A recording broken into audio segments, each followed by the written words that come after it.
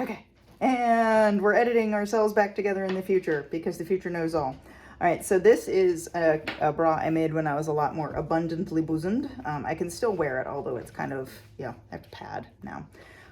So this one is, again, like that open shape that I like. So look at the difference between the angles there. This is, just a longer, deeper angle. This, I get a lot more like shoulder movement in more comfortably. This is just a lot more, this is actually more supportive. The straps on this, it's just a strap dropped straight off the top. It is actually a straight piece of fabric. It is one long straight piece of fabric that is full, that carry back to a ring in the back.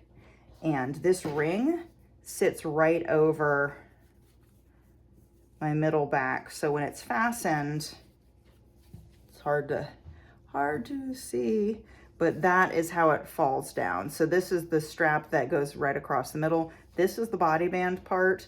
These shoulder straps go down to the body band, and this racer back situation, I can adjust the tension up the middle of my back, which is pretty nice on days when you might be fuller than others.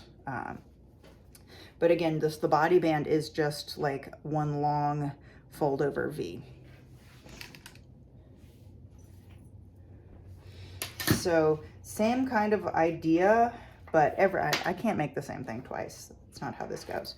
So this is built on an Egyptian like Dynacut base. I really like how this costume came out, but these cups are not comfortable for me, so I will not be buying them again. You need much fuller bosoms than I have for them to fit comfortably. This really bites into my ribs. So I chopped off the body band of it. I cut this edge off. You can see the hard edge where it folds back right there. This was a more square edge when I bought this one. There's a lot of different shapes that you can get, and they look great on a lot of people and I love them, but it don't fit me comfortably. And this one I just carried, there is a canvas core in here under the satin that I carried out and is holding on the ring. And this ring is actually a keychain ring. And what happens to fasten this one, the body band drops straight across the back and fastens with one of the reliable trouser hooks right there. So that's the back of the body band. And the shoulder straps, again, kind of similar to the racer back, they come up high because I like how a halter looks, but I do not like a halter neck behind my neck. It's not comfortable. So this comes up with a high V in the front, like a halter neck.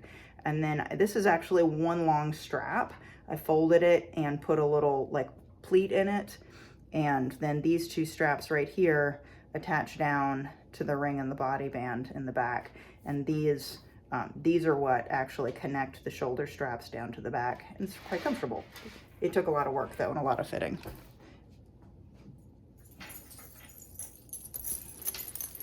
And again, this one fastens in the center. This one's seen a lot of action. This one fastens in the center, and I like hiding where my fastening is. I don't want anybody to be able to look at the back of my top and know immediately how it fastens. This is a halter neck shape, again with a drop from the halter neck to a ring down in the back. This was pretty easy. I just made a halter neck that was too big and then 2 extra straps. I stitched them to the center of the halter neck and then had my partner help me pin the long end down here to this ring in the center, and it unfastens from the right, so I can get in and out of it pretty easy by myself.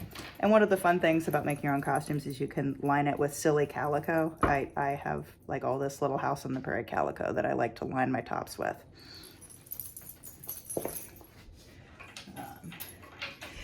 This one is a good example of using what's already on the dress.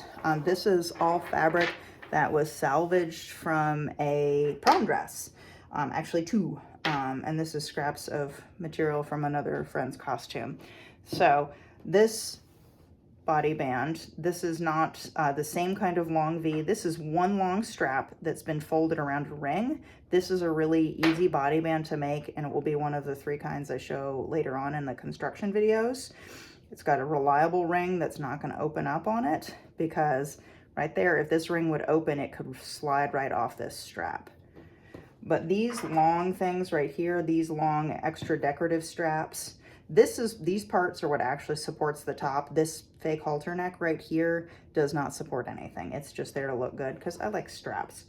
Who doesn't? But these were all components on a prom dress that had like long fancy shoulder straps. So look for components like that that you can just salvage right off of a dress when you're shopping for stuff at the thrift stores. So the way this one fastens is actually quite difficult, and I usually have to have somebody help me get into it because this support strap comes down into the center back, and this little centerpiece fastens back to itself. And so this little drop connects the support straps from the cup down to the center back. I like spreading out tension, and it ends up looking, I think it's a nice kind of modern, sleek design look. It gives you a lot of design punch to have extra straps without a lot of extra decoration. So if you're going for a more minimalist look, but you don't want it to look plain, having some extra straps like this is kind of a nice choice. You can, the way I did it, these cross over in front of my shoulders, and you know, it looks really nice without having a lot of stuff to get tangled, like a lot of decoration on it. Yeah, got one more. And this one is, again, a really simple construction. Everything's gone from the original bra except for the cups. These is another, it's a long straight band that fastens. So I just made one really long band that dropped off the bottom of the bra. It's only got one ring and fastens back to itself. One place that you can put a lot of design stuff is on the body band. If it wraps around the back of you, I think we forget about decorating the back of the body band sometimes. And I am really happy and love wearing this top. It's very comfortable. This part right here, the shoulder attachment, is very comfortable.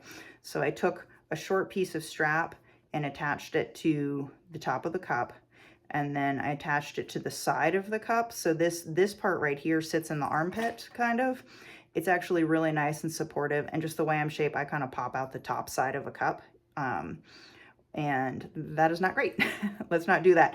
So I was trying to make sure I stayed in these cups because they're a little briefer than I would normally want to use. But this little, like, put a strap here and bring it down the side of the cup was a good support choice for the way I'm shaped. And if you just put a ring there, this is a halter neck, but because of the ring and the strap being relatively wide, I can wear it and it's not that pinchy. So if you want a halter neck, but you don't like neck pinch, this kind of situation, it's got a lot of mobility. So that's a good choice to make if you want a halter neck. And we will go talk about fabric in just a minute, and then we will talk about construction.